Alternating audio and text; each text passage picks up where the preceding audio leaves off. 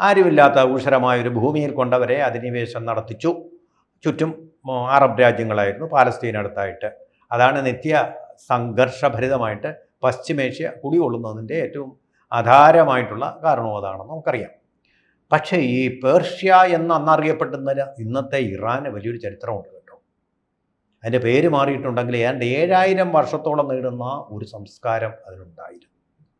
അതായത് ഇന്ത്യയുടെ സൈന്ധവ നാഗരികതയോളം പോകുന്ന ഒരു സംസ്കാരത്തിൻ്റെ ഊഷരഭൂമിയായിരുന്നു ഇറാൻ എന്ന് പറയുന്ന രാജ്യം, പേർഷ്യ എന്ന് പറയുന്ന രാജ്യം. നമ്മുടെ ഇവിടെ ഗുപ്ത രാജവംശം, അതുപോലെ തന്നെ മൗര്യ രാജവംശം എന്നൊക്കെ പറയുന്ന രാജവംശങ്ങൾ വളരെ ഇന്ത്യക്ക് സുവർണകാലം നൽകിക്കൊണ്ട് ഭരിച്ചിരുന്നു എന്ന് പറയുന്നത് പോലെ തന്നെ അവിടെയും ചില രാജവംശങ്ങൾ, അനറ്റോളിക് എന്ന് പറയുന്ന രാജവംശം, അങ്ങനെ പല പേരുകളിൽ അറിയപ്പെടുന്ന രാജവംശങ്ങളൊക്കെ അവിടെ ഭരിച്ചിരുന്നു.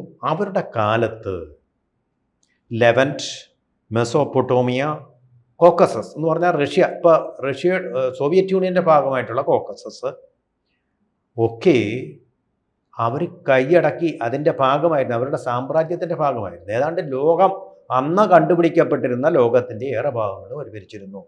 കൂടുതൽ വാർത്തകളും വിശേഷങ്ങളും നിങ്ങളിലേക്ക് എത്താൻ ABC മലയാളം സബ്സ്ക്രൈബ് ചെയ്യുക, ബെൽ ബട്ടണും അമർത്തുക.